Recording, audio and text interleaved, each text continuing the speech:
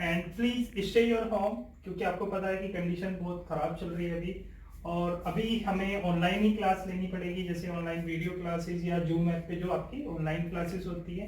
तो आपका यहाँ पर थोड़ा बहुत बढ़ जाता है कि आपको जो वीडियो मिलती है, जो वीडियो के लिंक मिलते हैं, आपको प्रॉपरली देखना है। अगर कोई टॉपिक समझ में नहीं आ रहा है तो जो आपकी जूम ऑनलाइन क्लास होती है उसमें आप डाउट क्लियर क्लास में आप मेल कर सकते हैं। मैंने कितनी बार बोला है। और देखिए, अगर आप कोई भी बच्चा वीडियो नहीं देखता है तो बहुत बड़ी प्रॉब्लम होगी। वीडियो नहीं देख रहे हैं तो वहां भी आपकी अटेंडेंस काउंट होती है।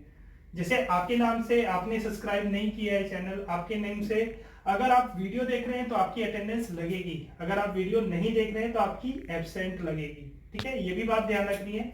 चलिए हम आते हैं अपने टॉपिक पे। Today we are discussing about Rikli and John senior citizen test, okay, for chapter 6 test and measurement in sports. जैसे कि हमने प्रीवियस क्लास में 2 टेस्ट करे थे, डिस्कशन किया था आपका चेयर स्टैंड टेस्ट पे और आर्म कर्ल टेस्ट पे। चलिए आज हम डिस्कशन करेंगे बेसिकली, जैसे मैंने प्रीवियस क्लास की बात करी कि 2 टेस्ट आपके हो चुके हैं। आई होप आपको अच्छे से समझ में आएंगे, पर समझ में कब आएंगे, जब आप पूरी वीडियो देखेंगे। ये नहीं कि वीडियो ऑन की और बंद कर दी, 1 या 2 मिनट आपने वीडियो वॉच की और उसके बाद बंद कर दी, नहीं, ऐसे समझ में नहीं आएगा टॉपिक। क्योंकि आपको पता है कंडीशन बहुत खराब है, और कंडीशन ये भी हो सकती है कि आपका पूरा सिलेबस ऑनलाइन ही हो। ठीक है, स्कूल जब आएंगे आप बस रिवीजन के लिए आएंगे। और देखिए, हर सभी सब्जेक्ट की बात है, सभी सब्जेक्ट में यही चल रहा है। तो मेन क्या है, जो आपको वीडियो मिल रही है उसे ध्यान से देखना है, फोकस करके देखना है। और जो होमवर्क है वो टाइमली सबमिट करना है, होमवर्क जरूर सबमिट करना है टाइमली, ठीक है ना। अगर आप होमवर्क नहीं देते हैं तो जो आपकी प्रैक्टिस है, राइटिंग की जो प्रैक्टिस है वो छूट जाती है। बहुत से बच्चे हैं एक दूसरे दोस्त से एक्सचेंज कर लेते हैं, उसने होमवर्क किया है उसका फोटो क्लिक करके अपने आप भेज देते हैं, ये ठीक नहीं है। ये देखिए, जो हमने चैप्टर पढ़ा था प्लानिंग वाला, प्लानिंग क्या है, अगर हम फ्यूचर के लिए प्लानिंग नहीं करते हैं तो हमें प्रॉब्लम होती है। ठीक है, फ्यूचर के लिए प्लानिंग, एक स्टूडेंट की क्या प्लानिंग होगी, जो भी सिलेबस चल रहा है, जो अच्छे स्टूडेंट होंगे वो अपने सिलेबस से आगे चल रहे होंगे, ठीक है ना, वो एडवांस चल रहे होंगे। और जो पढ़ने वाले बच्चे नहीं, उन्हें प्रॉब्लम है कि जो सिलेबस हो गया है वो भी कवर नहीं कर पाए। आप ये मत सोचना कि फिजिकल एजुकेशन बहुत इजी सब्जेक्ट है, नहीं, फिजिकल एजुकेशन में भी आपको एफर्ट लगाने पड़ेंगे, 100% एफर्ट लगाने पड़ेंगे, जब भी मार्क्स आएंगे आपके। चलिए अब हम अपने टॉपिक पे आते हैं, बैक स्क्रैच टेस्ट की बात करते हैं। सबसे पहले बात करते हैं हम पर्पस की। ठीक है, इस टेस्ट का पर्पस क्या है। This test to help to assess the upper body shoulder flexibility. ये टेस्ट क्या चेक कर रहा है, जो एजिंग पर्सन है हमारे पास, ठीक है, उनकी अपर बॉडी की फ्लेक्सिबिलिटी चेक करने के लिए टेस्ट है।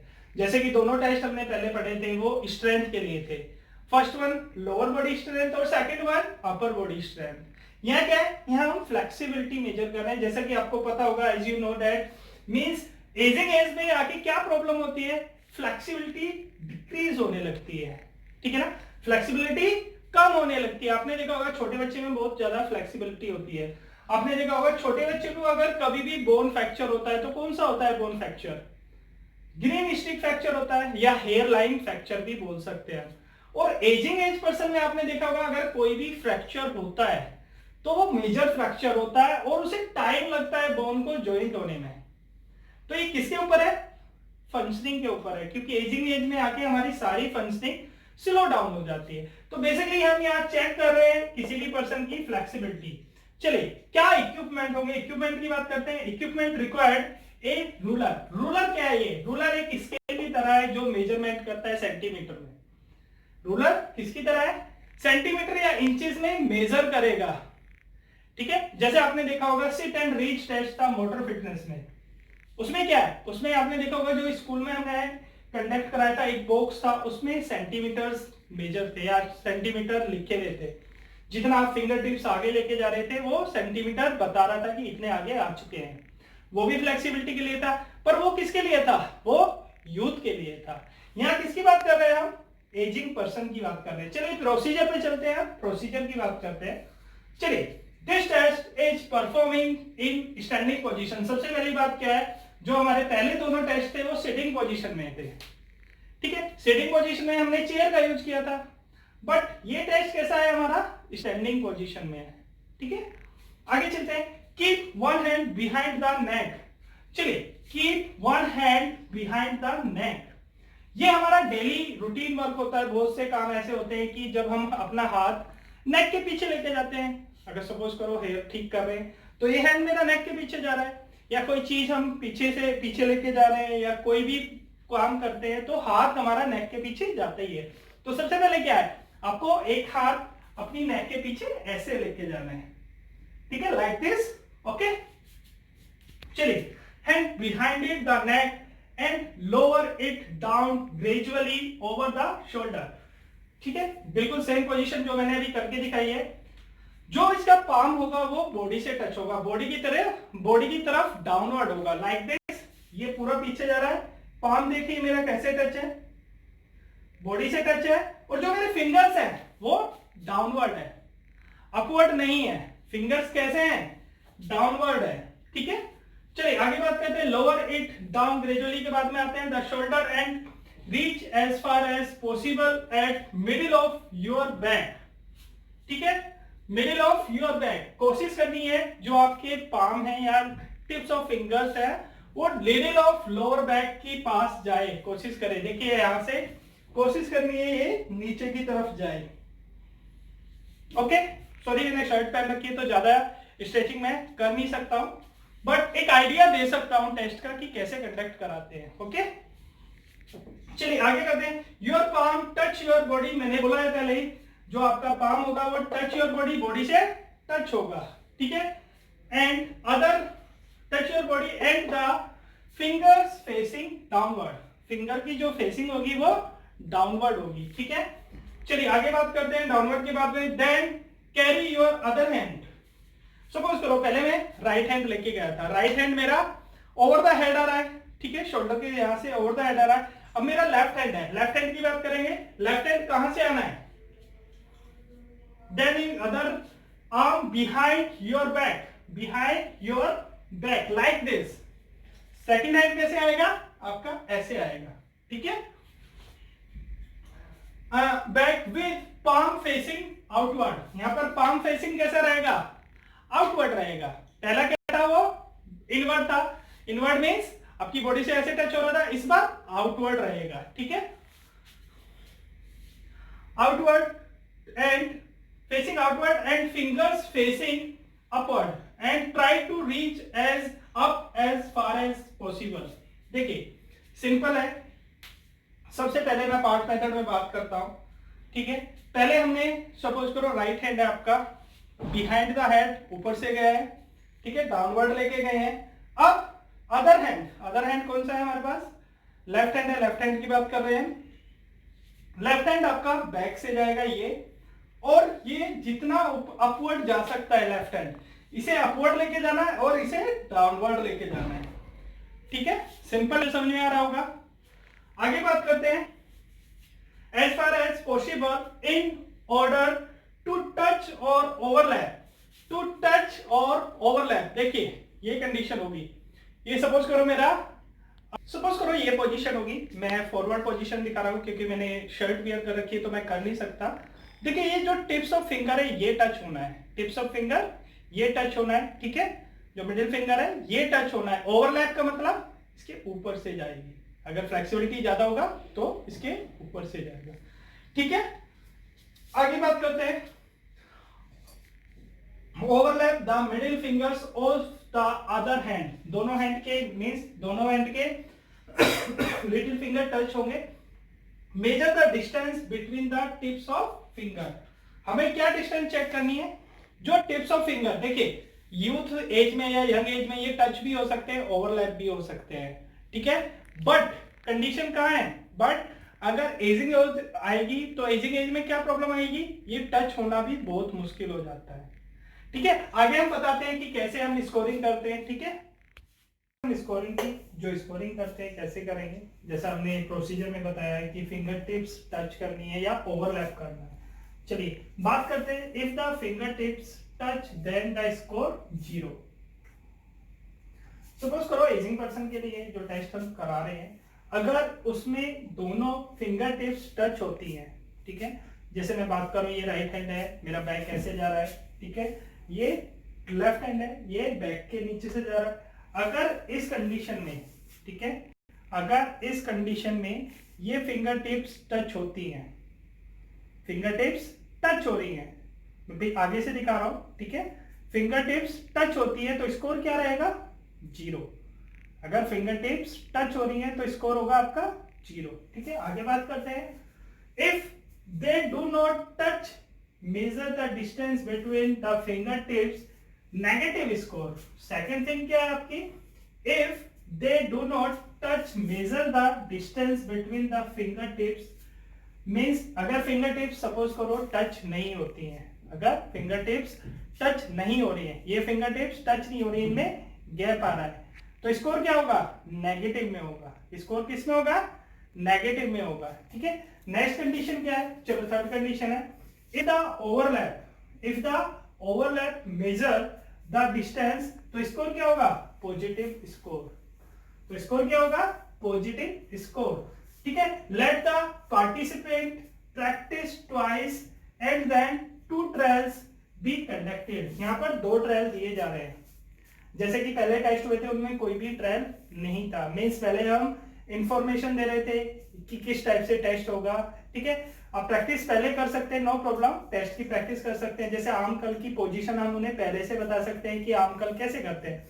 पर यहाँ बेसिकली बात करें तो 2 ट्रायल दिए जा रहे हैं, ठीक है। एजिंग पर्सन के लिए 2 ट्रायल्स हैं, 2 ट्रायल्स में स्कोरिंग कैसे करेंगे, पहले मैं एक बार दोबारा आपको प्रोसीजर बता रहा हूँ, तीनों चीजों को एक साथ ले रहा हूँ, ठीक है। हम बात करते हैं, जैसे हमने पहले की बात की है कि अगर दोनों फिंगर टिप्स टच होते हैं तो स्कोर 0 रहता है, जैसा कि आपको दिख रहा है यहाँ फिंगर टिप्स दोनों टच हो रहे हैं तो स्कोर 0 रहेगा, क्योंकि मैं प्रैक्टिकली करके दिखा रहा हूँ, ठीक है। सेकंड है आपका, अगर फिंगर टिप्स टच नहीं होते हैं, देखिए इनमें गैप आ गया, फिंगर टिप्स टच नहीं हो रहे हैं, एजिंग पर्सन में आके या एजिंग एज में आके यही प्रॉब्लम आती है कि फिंगर टिप्स टच नहीं होते हैं, ये प्रॉब्लम होती है बहुत बड़ी, तो स्कोर क्या रहेगा, नेगेटिव रहेगा। अब थर्ड कंडीशन है, जो थर्ड कंडीशन क्या है कि ओवरलैप वाली कंडीशन है, जैसे ये ओवरलैप हो रहे हैं, ठीक है। ओवरलैप में क्या है, स्कोर पॉजिटिव में आएगा, ओवरलैप में क्या होगा, स्कोर पॉजिटिव में आएगा, फिंगर्स खोल के रखनी है, पॉजिटिव में आएगा स्कोर, ठीक है।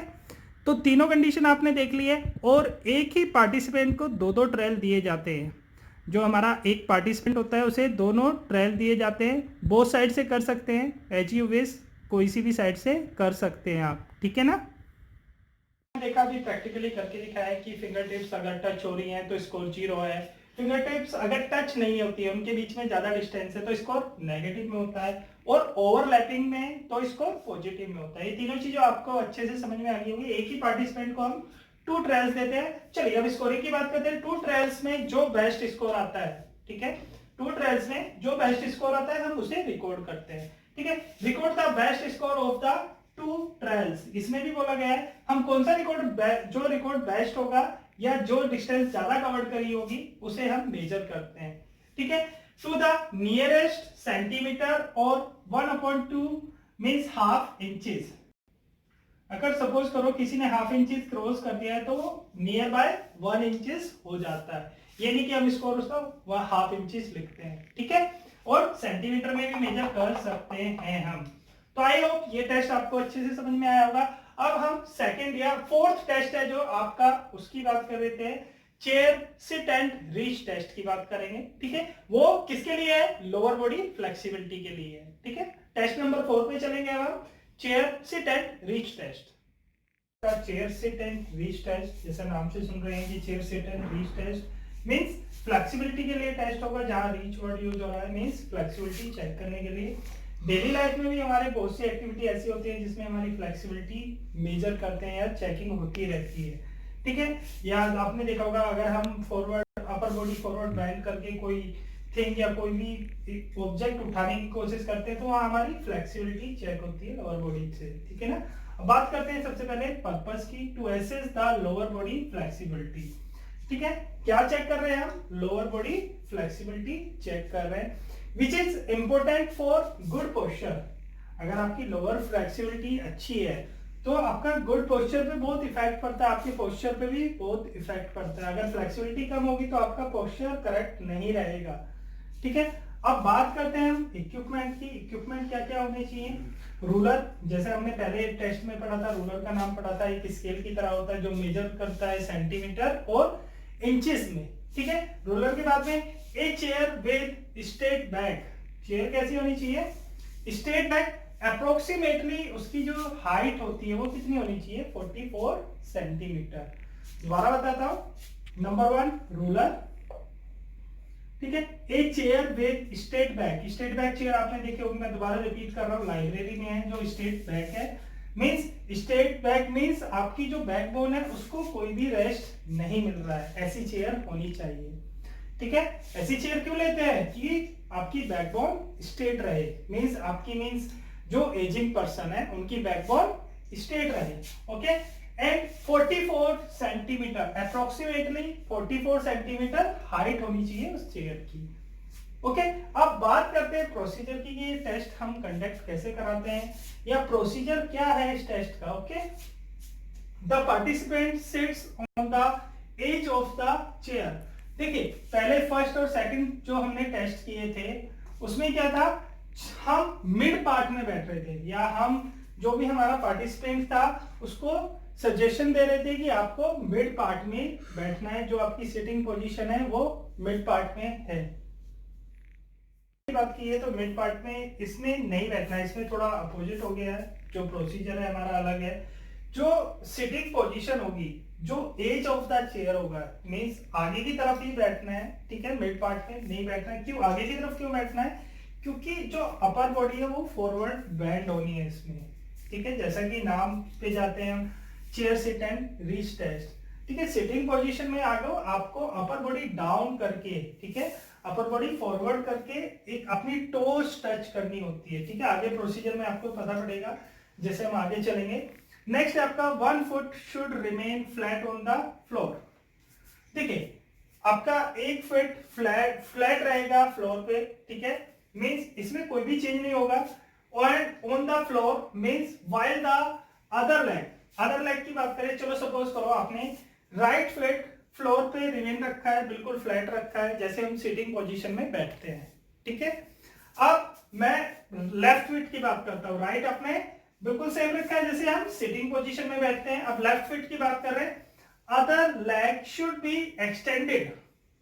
देखिए जो हमारा लेफ्ट फुट है उसे क्या करना है, एक्सटेंडेड फॉरवर्ड, उसे आगे की तरफ करना है। जैसे आपने देखा होगा बहुत सी स्ट्रेचिंग एक्सरसाइज करते हैं हम लेग्स फॉरवर्ड करके या एक्सटेंडेड करके, ठीक है। जैसे आपने और भी एक्सरसाइज देखे होंगे, लेग स्लाइड लेते हैं तो हम लेग्स फॉरवर्ड करते हैं। या सिटिंग पोजीशन में आप लेफ्ट लेग को आगे की तरफ एक्सटेंडेड करते हैं with the knee in straight. ठीक है, इस पोजीशन में नी स्ट्रेट रहेंगी, जो आपका लेफ्ट लेग आगे जा रहा है। दोबारा बताता हूं, रिपीट करता हूं। सपोज करो आपने right leg 1 foot should be remain flat on the floor. यहां आपका राइट फुट फ्लैट है ऑन द फ्लोर, जो आपकी सिटिंग पोजीशन होती है नॉर्मल, ठीक है। 90 डिग्री पे है, ये आराम से फ्लैट है बिल्कुल, ठीक है। अब लेफ्ट फुट की बात कर रहा हूं मैं, लेफ्ट फुट की वो एक्सटेंडेड फॉरवर्ड है विदाउट नी बेंडिंग, एक्सटेंडेड फॉरवर्ड विदाउट नी बेंडिंग, या नी की जो पोजीशन होगी वो स्ट्रेट पोजीशन होगी, नी की जो पोजीशन होगी वो स्ट्रेट पोजीशन होगी। आगे चलते हैं, heel should be on the floor and ankle should be bent at 90 degree, ठीक है। हील क्या है, heel should be on the floor, जो आपकी हील है वो सपोज करो ये हील है, ठीक है, इसकी बात कर रहा हूं मैं, ये हील है, ये आपकी फ्लोर पे टच रहेगी, और ये टोस या एंकल आपका 90 डिग्री रहेगा। समझ में आ रहा है, ठीक है। जैसे मैं बात करता हूं, सपोज करो ये पाम्स की बात कर रहा हूं, अपने पाम की बात कर रहा हूं, ठीक है। ये इसे हील मान दो, ये हील आपकी फ्लोर पे ऐसे टच है, और जो आपकी टोज है वो अपवर्ड जा रही है, और एंकल पे जो एंगल बन रहा है वो 90 डिग्री का बन रहा है, ठीक है। आगे चलते हैं, place on hand on the top of the others.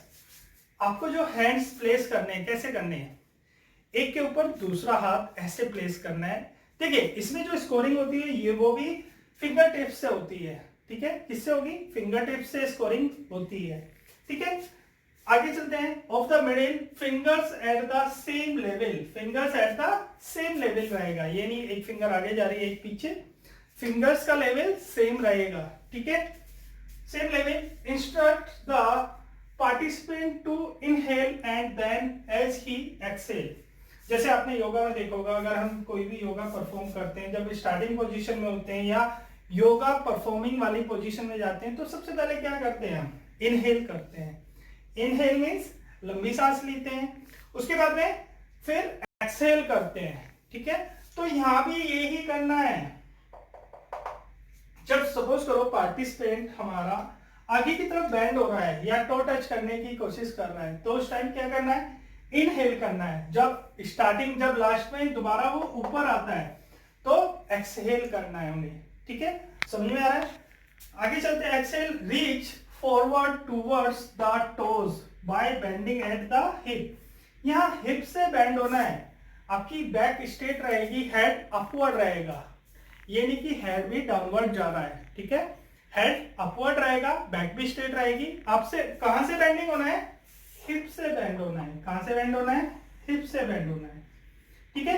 क्यों होना है हिप से बेंड, क्योंकि आप जो चेयर की एज है उस पे बैठे हैं, ठीक है, मिड में नहीं बैठा है हमारा पार्टिसिपेंट। कहां बैठा है, सिटिंग पोजीशन कहां पर है उसकी, चेयर के एज पॉइंट पे, ठीक है। अभी थोड़ा प्रोसीजर रहता है इसका, और फिर हम स्कोरिंग की बात करेंगे कि स्कोरिंग क्या होती है, ठीक है। His back should be straight, means जो उनकी बैक है, जो हमारा पार्टिसिपेंट है या एजिंग पर्सन है, उनकी back straight and head up. Head up position में होना चाहिए, डाउनवर्ड नहीं होना चाहिए, ठीक है। मींस बैक स्ट्रेट रहेगी और हेड अप रहेगा। अवॉइड एनी जर्क और bounce and never stretch too much. देखिए इसमें सबसे बड़ी जो नोटिस करने की बात है, एजिंग एज में जाके प्रॉब्लम होती है कि फ्लेक्सिबिलिटी अपने आप कम होती रहती है, नेचुरल है, ठीक है। तो यहाँ इस एक्टिविटी को करने में या इस टेस्ट में वो कोई भी जर्की मूवमेंट ना लें। क्या होगा, अगर जर्की मूवमेंट लेंगे तो ओवर स्ट्रेचिंग होने के चांसेस रहेंगे, मसल्स क्रैम्प होने के चांसेस रहेंगे। ना ही बाउंस लेना है, जो सिटिंग पोजीशन है वहां से उठना नहीं, वहां से कोई भी बाउंस नहीं लेना है, ठीक है। और नेवर स्ट्रेच टू मच, ज्यादा स्ट्रेचिंग नहीं करनी है, एज पॉसिबल जितनी वो कर सकते हैं उतनी ही करनी है, उससे ज्यादा स्ट्रेचिंग नहीं करनी है। उससे ज्यादा स्ट्रेचिंग करेंगे तो इंजरी होने के चांसेस ज्यादा रहेंगे। आगे चलते हैं। Keep the knee straight and hold the reach for 2 second. देखिए नी स्ट्रेट रहेगी, अदर लेग जो आपका लेफ्ट लेग जैसे मैंने बोला था, राइट आपका फ्लैट रहेगा, फ्लैट फिट रहेगा आपका फ्लोर पे। जो लेफ्ट लेग हमने एक्सटेंडेड करा है, लेफ्ट लेग आगे की तरफ एक्सटेंडेड है, तो उसकी नी स्ट्रेट रहेगी। और उन्हें जो होल्ड करना है टो को, जो मैंने बोला था, जो पोजीशन है आपकी, जो हैंड की पोजीशन होगी, फिंगर्स दोनों ऐसे होंगे, ठीक है, वहां जाके टो को टच करना है, ठीक है। कितने सेकंड के लिए, ज्यादा सेकंड नहीं है, 2 सेकंड के लिए होल्ड करना है, ठीक है, टच करके 2 सेकंड के लिए होल्ड करना है। The distance to measure between the tips of the fingers tips and toes, ये हमें मेजर क्या करना है। जैसे हमने पहले टेस्ट की बात करूं मैं, बैक स्क्रैच टेस्ट था जो, उसकी बात करें हम, उसमें क्या हो रहा था, हम मेजर कर रहे थे, दोनों आपकी जो फिंगर टिप्स टच हो रही थी। ये इस कंडीशन में क्या है कि दोनों हैंड की फिंगर टिप्स फिंगर आपको टो से टच करनी है, मींस जो एजिंग पर्सन है उन्हें टो से टच करनी है, हमें वो मेजर करना है। जैसे उसमें स्कोर था, ऐसी इसमें भी स्कोरिंग ऐसे ही हो रही है, वही सेम मेथड है। चलिए पढ़ लेते हैं एक बार क्या मेथड है। Is the finger tips touch the toes then the score 0। Same वही है जो पहले था। अगर फिंगर टिप्स टच होती है टोज पे जाके, ठीक है, विदाउट नी बेंडिंग, नी बेंड का भी ध्यान रखना है, मींस जो एग्जामिनर है उसको क्या ध्यान रखना है कि नी बेंड ना हो, ठीक है। अगर नी बेंड होगा तो ये इजीली टच हो जाएगा, नो प्रॉब्लम, ठीक है। अगर फिंगर टिप्स टो से टच होती है तो स्कोर कितना होगा, 0। आगे बात करते हैं। If they do not touch measure the distance between the fingers and the toes, वही सेम कंडीशन है। इसमें अगर फिंगर्स टच नहीं कर रहे हैं हम टो से, ठीक है, वो टो से फिंगर टच नहीं कर पा रहे हैं, तो उस कंडीशन में क्या स्कोर होगा, नेगेटिव स्कोर होगा। उस कंडीशन में क्या स्कोर है, नेगेटिव स्कोर है। अब लास्ट कंडीशन है, if they overlap, means toes को टच करने के बाद में आगे जा रहे हैं उनके हैंड्स, तो स्कोर किस में होगा, पॉजिटिव स्कोर होगा। स्कोर किस में होगा, पॉजिटिव में होगा, पॉजिटिव स्कोर होगा। अब बात करते हैं हम स्कोरिंग की, ठीक है, स्कोरिंग की बात करेंगे। तो the score is noted down to the nearest 1/2 inches means half inches और सेंटीमीटर 1 सेंटीमीटर। वही सेम जैसे उसमें हम स्कोरिंग कर रहे थे, सेम यहाँ भी स्कोरिंग ऐसे ही कर रहे हैं हम। Next, as the distance reached either a negative or positive score.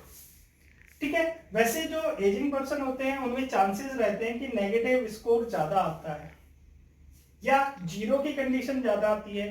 जैसे मैं फ्लेक्सिबिलिटी की बात करूं, फीमेल में ज्यादा फ्लेक्सिबिलिटी होती है मेल के अकॉर्डिंग, ठीक है, मेल में थोड़ा कम फ्लेक्सिबिलिटी होती है, मेल में स्ट्रेंथ ज्यादा होती है। तो इसमें हमें नोट करना है कि स्कोर नेगेटिव में या पॉजिटिव में। वैसे चांसेस रहते हैं जीरो और नेगेटिव में स्कोर के। तो जो आपका आज का टॉपिक था, आपके दो टेस्ट थे, Rikli and Jones senior citizen में। सबने आज दो Rikli and Jones senior citizen test किए हैं। पहला था आपका बैक स्क्रैच टेस्ट, मींस जो आप अपर बॉडी की, मैं फ्लेक्सिबिलिटी की बात करूं, हम अपर बॉडी की फ्लेक्सिबिलिटी चेक कर रहे थे या मेजर कर रहे थे। कौन से टेस्ट के थ्रू? बैक स्क्रैच के थ्रू। मींस उसमें क्या है, हमने अपर बॉडी की फ्लेक्सिबिलिटी चेक करनी है। जैसे आपने देखा था कि जो फिंगर टिप्स टच हो रही है तो स्कोर 0 है, ओवरलैप हो रहा है तो पॉजिटिव स्कोर है, और टच नहीं हो रही है, डिस्टेंस ज्यादा आ रही है तो स्कोर नेगेटिव में आ रहा था। ठीक है, प्रोसीजर हमने अच्छे से करा है। जैसे मैंने बोला था कि राइट हैंड पहले बैक लेके जाएंगे, फिर लेफ्ट हैंड आपका नीचे से जाएगा, अपवर्ड की कोशिश करेंगे कि अपवर्ड ऊपर जाए ज्यादा। ठीक है, सेकंड टेस्ट था हमारा chair sit and reach test. ये किसके लिए था? ये थोड़ा डिफरेंट है, ये लोअर बॉडी फ्लेक्सिबिलिटी चेक करने के लिए था। तो दोनों में डिफरेंस आपको पता पड़ गया। पहला हमारा था अपर बॉडी की फ्लेक्सिबिलिटी चेक कर रहे हैं, second one chair stand and reach test, sorry chair sit and reach test, ये लोअर बॉडी की फ्लेक्सिबिलिटी चेक करने के लिए। अगर कोई एमसीक्यू ऐसा आता है कि which test suggested for lower body flexibility check या फ्लेक्सिबिलिटी मेजर, तो आपके पास एक ही आंसर होना चाहिए, chair sit and reach test. ठीक है, ये एजिंग पर्सन के लिए। अगर सपोज करो सिट एंड रीच टेस्ट आता है ओनली, क्योंकि आपने देखा होगा मोटर फिटनेस टेस्ट में एक सिट एंड रीच टेस्ट है, वो किसके लिए? वो यूथ के लिए। अगर एजिंग पर्सन आता है या रिकली एंड जोन्स का नाम आता है तो आप सजेस्ट करेंगे या आपका आंसर होगा chair sit and reach test. Okay, 3 marks में भी आ सकता है ऐसा क्वेश्चन। आपसे प्रोसीजर पूछ सकते हैं, स्कोरिंग कैसे करते हैं, या पर्पस पूछ सकते हैं 1 मार्क्स में।